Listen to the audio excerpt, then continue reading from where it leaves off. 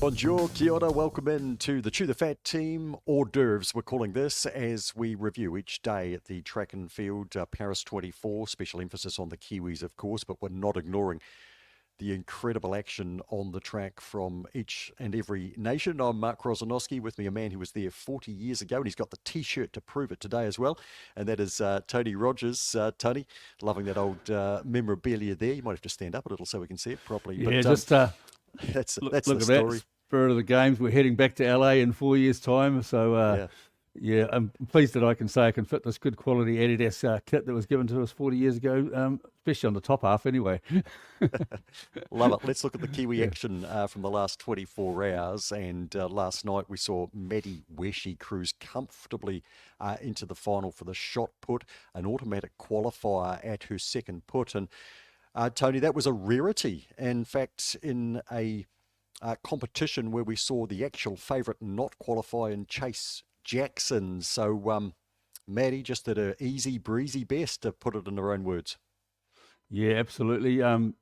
Upsets are always going to happen on the big stage, aren't they? And athletes have got to be right, and then it's a state of mind. And yeah, Chase Jackson, everyone was picking to be a fairly comfortable, probably gold medalist, but she'll be out of the action now. And I guess coming forward will be Sarah Mitten, the Canadian. So the Canadians are having a good throwing at the Olympics as well. But yeah, Maddie Weshi, one of three athletes only to do the automatic qualifying. She had a nice, comfortable 18:59 to start in round one, then came out and surpassed the 19:15 required for auto qualifying with a solid throw in her second throw, and then packed the bags to go and get ready for the final tonight. Yeah, well, 5:37 a.m. tomorrow, to be precise, will be the start time for that shot put and Maddie Weshi, and she's currently at $6.20 to win a medal. She was 6.80 yesterday. I think we mentioned that, Tony. I know, I think you got her at $12.50 there at one stage to win a medal. I was actually surprised that she didn't come in further, particularly with Jackson out. We know there's some other women in there that can, throw much bigger than they did in the qualifying rounds, but got to be thinking that Maddie's a genuine medal prospect, albeit the Canadian Mitten looks really tough to beat for gold. Yeah, I'm surprised that she's definitely not come in a bit shorter now, because she's got a pedigree at performing at world championship level, through the age groups, and the Commonwealth Games. She's a bronze medalist as well. Obviously, we know that Mitten has been ranked ahead of her, but yeah, anyone that can throw around that 20-metre mark or get over it's going to be well and truly in the hunt of the medals, and that's what we've seen in the qualifying. And it's not proving easy. Some of the favourites just struggling to get it right on the day. Mm.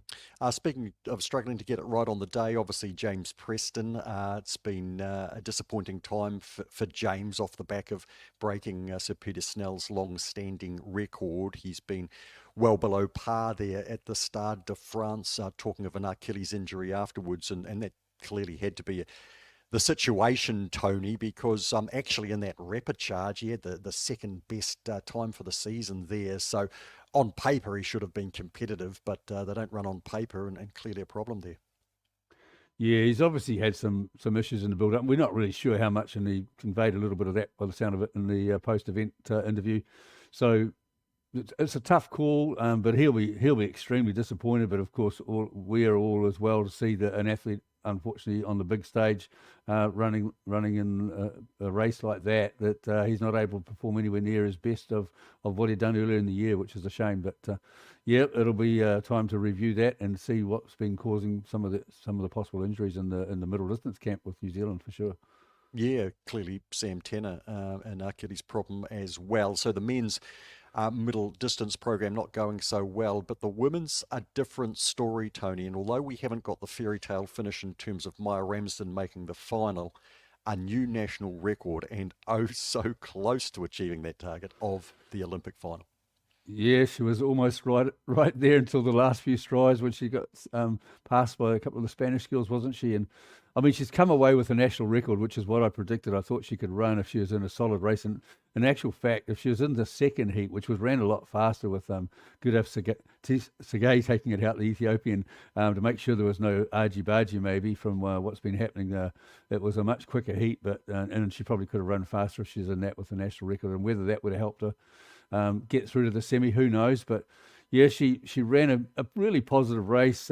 Each time down the back straight, she started to make sure she moved up a bit and didn't get any drift from the back of the field there where she was with Laura Muir in the early stages. So she can come away as a 22-year-old. She's definitely got another couple of Olympics in there. With hold her head really proud. She was the last in the New Zealand team to be named. Only a short time ago, just over a month ago, to get named in the team and then come out and perform exceptionally well and run the national record. She can be absolutely chuffed with that. So fantastic work, Maya. I applaud the fact that she was put into the team, Tony, because obviously it wasn't a given, but it will stand her in very good stead next time. And you sort of wonder whether if Zoe Hobbs had been in Tokyo, whether that would have stood her in good stead for the semi-final this time around. But that sort of experience, I know Tokyo was completely different with nobody there, but Zoe didn't get to run that. But anyway, we move on and we look forward to obviously Maddie tomorrow morning, and then we've got Hamish Kerr the following morning, the high jump final, now a $2.60 favourite. And to finish on Sunday evening, Camille French in the marathon.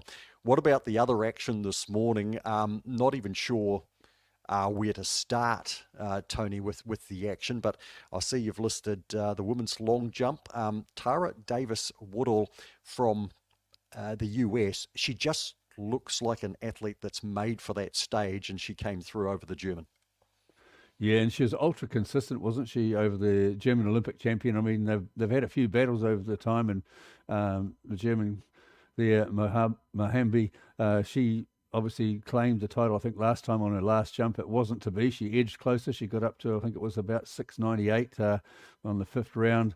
But yeah, Tara Davis Woodhull was definitely a standout winner, and she deserved that due to the consistency on the board when she took out the title with a 7:10. So fantastic work there, and well done to you, Mark. You've been picking Jasmine Miller from the US to double up, and she's one of the few athletes that ever has taken a double, and she gets a double bronze in the triple and the long at an Olympic Games level, which is fantastic. That was a tremendous effort from her. Can't be an easy thing to do in our podcast with Vickers, the father of Ethan and Valerie Olivier. He was talking about how different the triple jump and the long jump are, apart from the fact that they both land in sand. So yeah, that was an excellent effort there from Jasmine Moore. In terms of the javelin, well, you were pretty keen on the man from Pakistan, Nadeem, and he duly delivered with an Olympic record out over 92 metres. Yeah, well, I got him on the TAB the other day at $7.50. I've got an even closer following from him because he was training in Potchefstroom and he actually was in the same accommodation as the girls section of our team when, doing a stint there back in May. So and he was training pretty jolly hard. Obviously, he's got a good pedigree. He was a silver medalist at the World Champs. He won the Commonwealth Games gold medal where he beaten Chopra before, and I thought that was pretty good odds to beat. And yeah, he came out with a no throw in his first attempt. Then he bombs one out at 92, 97 or something in an Olympic final, getting the Olympic Games record. So fantastic. It was a fantastic javelin throw. The number of guys in the high 80s, and Veldedic from the Czech Republic lost the bronze medal by 4 centimetres at throwing 88.50. So that shows the quality of that competition, which was outstanding. For sure. Favourite there, Chopra from India. The pressure was on him. He couldn't quite respond. Well, he sort of did. I mean, you throw 89 and change, you probably think you're going all right, but silver for Chopra there. Let's go to the track because we saw an African champion over 200 metres, Tobogo of Botswana. He sort of announced himself as a youngster of some potential. He ran a close sixth in the 100 metres, but the 200 are better suited to him. He looked superb, Tony, coming through the heats and the semis, and he delivered on that in the final. Yeah, and a very proud young African man from Zimbabwe, of course. They don't win too many gold medals on the track, but he showed his quality in the 100, didn't he? And yeah, maybe Noah Lyles, one race too many. Can't remember when he was last beaten over 200, which is kind of his bread and butter race. And it'll be interesting. He'll have to sit down and reflect what did he value more? Winning the race that he's known most for, which is a 200. He was about a half a second back on his personal best and a couple of tenths on his season best. or being the fastest man in the world as the Olympic champion over 100. And yeah, that'll be a tough ask for him. But it was a great race and very good to see. Sort of the new breed of sprinters out there claiming the dais, and surprisingly across the week we haven't seen any Jamaicans on the dais. I think from 100 and 200 on men or women's side, so that's a real surprise from past, isn't it?